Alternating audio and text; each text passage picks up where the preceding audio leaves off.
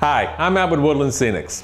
Now when it comes time to adding trees to your model, it can be a very rewarding experience watching all your hard work come to life. And that's what we're going to be doing today. We're going to be talking about trees, and I'm going to show you some very simple realism tips that are going to make your trees look their best. Now very few geographic areas are free of trees, so I believe it's important to take the time to see how trees look and live in nature, and then to try to reflect that detail into the trees you plan to use. Now the modifications we're going to make today are very subtle, but it's the little details that are going to make the difference. Now all trees are going to have many different features, so I went ahead and selected a variety of species that are going to offer their own unique shapes, foliage types, color, texture, and they're all going to have different heights. Now a few of these are also going to add geographic orientation to my model. Now the first tree I'm going to be placing on the model is this particular tree here. Now, this is a nice dark green deciduous tree. It's got a lot of foliage on it, but you can see it's a little bit full. So I'm going to take the time to really open this foliage up and make it look a lot more like a tree you would see in nature. I like to see a little bit more aired out and let some of that light through it. Now to do so, I'm going to be using a pair of tweezers. And it's really just a matter of kind of opening up this foliage a little bit, getting some pockets in there, and just really allowing that light to get through there. Now with some of that extra foliage that you may be opening up, you can actually tuck that deeper down into the tree itself. Now this doesn't take nothing but a few minutes to do, but I think the payoff is definitely worth it versus having a uniform shape of foliage over the limbs. I think it just looks a lot more natural just to kind of open that up and get some air into there. So now I'm going to select a spot on this particular model that's going to really showcase this tree really well, and I think probably somewhere over in this area is going to work just fine. So I'm just going to drop that right into position. Now you can poke this right through your layout, glue down the armature base that comes with it. Whatever works for you is just fine.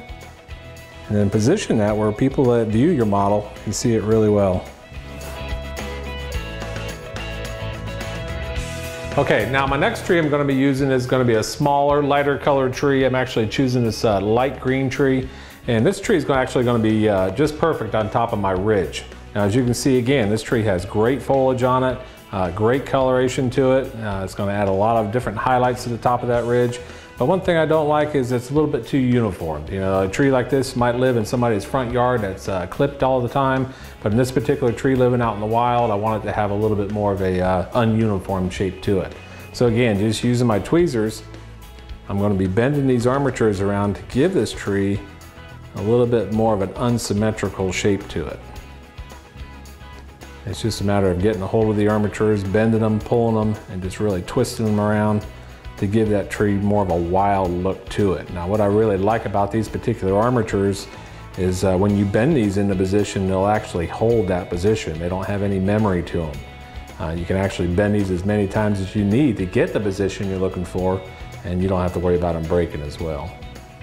Now one thing about using smaller trees, another tip I can share with you is when I'm building a larger layout and you want to force a little perspective, you can actually choose smaller trees and place them in the background. So I'm pretty happy with that. As you can see, it really opened up that tree and added a nice, great shape to it. I'm ready to put this in position. I'm just going to actually plant that right on top of my ridge.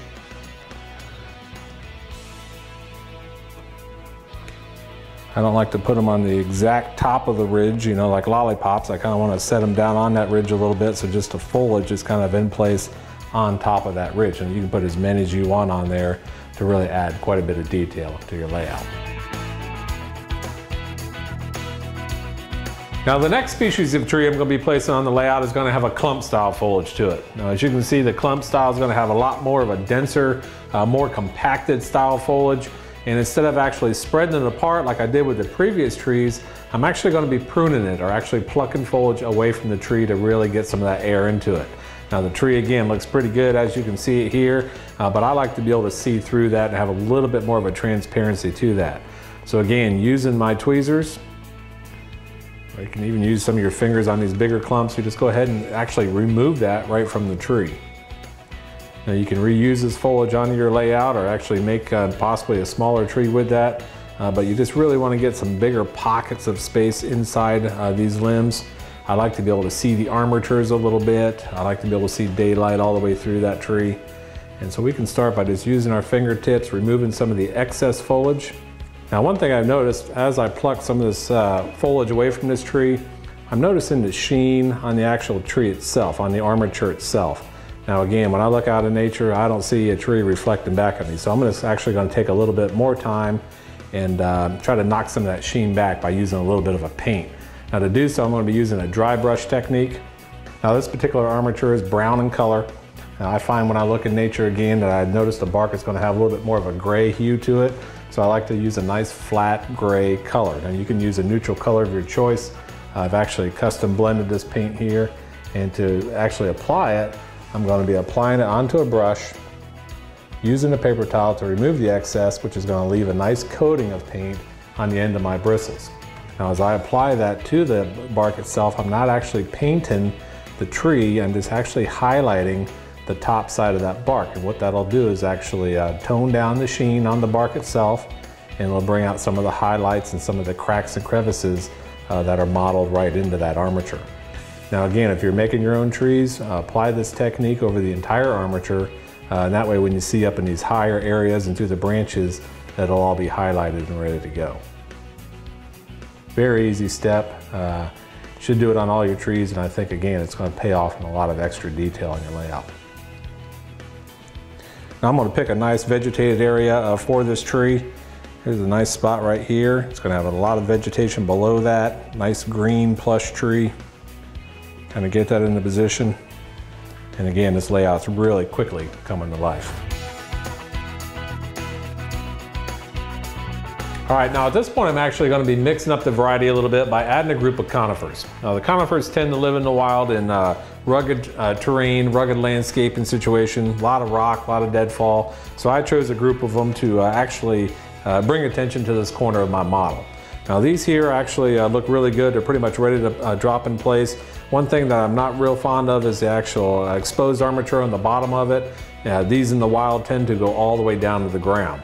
Now if you had this planted in a model situation where you have a house or a landscape yard, these would work just fine. But to get them to look like the look I'm looking for, I'm actually going to be removing that part of the armature and then using that exposed wire to poke that through the top of my model itself. Now I'm going to be placing these with the large ones in the back and then dropping the smaller ones in the front so they don't get lost. Now take note as well, when you're planting your trees, plant them in odd numbers. Placing them in odd numbers, it's going to look a lot more natural, and the focus will be on the actual tree, not the number of trees. I'll pop that last one into position, and real quickly, this particular part of the landscaping has a really, just a real rugged, real detailed look to it. I really like it.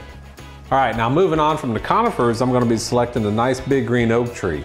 Now this tree is a really nice tree. It's got a lot of detail to it, and I really like the color of it. But one thing about the medium green foliage, sometimes it has a tendency to actually blend in with your existing landscaping on your model. So what we're going to do about it, we're actually going to bring out the contrast of this tree by adding some darker colors to it and some lighter colors.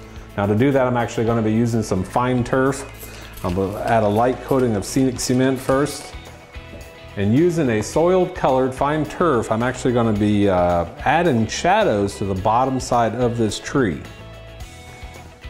Just sprinkle that underneath the foliage and on the trunks and on your limbs, and then that tree is actually ready to plant at that point. Now I'm going to be planting this tree up towards the front of the layout because I love the detail in this tree, and I think this meadow really here is calling for a nice big oak tree. And you get that into position, make sure it's where you want it. And then at that point, you can go back and then add the highlight or the second part of bringing this tree out with a little bit of yellow vine turf. Now this turf goes a long way. It's got a lot of strong color to it. You just want to kiss it, almost like a reflection of the sun, on the light part of this tree. And this light color, working with that darker color, will really help bring this green off of your existing landscape, and it really adds a nice detail to it. All right, now moving on to my final tree I'm going to be placing on my model is going to be this nice sycamore tree here. Now this sycamore tree has got a lot of great color to it. Now a tree like this can also establish geographic orientation. This particular species of tree tends to live by the water, and because I have a water feature on my layout, that's where I'm going to be planting it. Now this tree actually needs very little tweaking to get it ready to plant. It's got a lot of light shining through it, and that tends to be what I look for into making a tree look really natural. Okay, that looks pretty good. Now the area I've selected to plant this tree again is over by the water feature, but I'm also going to place it over here in this group of trees to break up the even number and to actually contrast against the color of the trees already in position. So go ahead and drop that right on your layout. And very quickly it takes on a real natural look. All right, now all of our trees are in place. I'm going to apply a few more final steps before calling this model complete. I like to get up and landscape underneath all my new trees, and that's going to ensure that my trunks are going to meet well with my landscaping, and I also want to apply some deadfall. Now anytime you see a wild area like this, you're going to have quite a bit of deadfall, so you want to take the time to emulate that onto your model as well to add that layer of realism. Now I like to apply deadfall by using some small twigs or a little bit of some stems that's laying around, but I like to age those a little bit by adding some Scenic cement followed by some green fine turf to represent moss onto my deadfall, and that's going to age them well and let them sink deep into my landscaping like they've been there for quite a while. Now once I apply both of these tips, I'm going to call this model complete.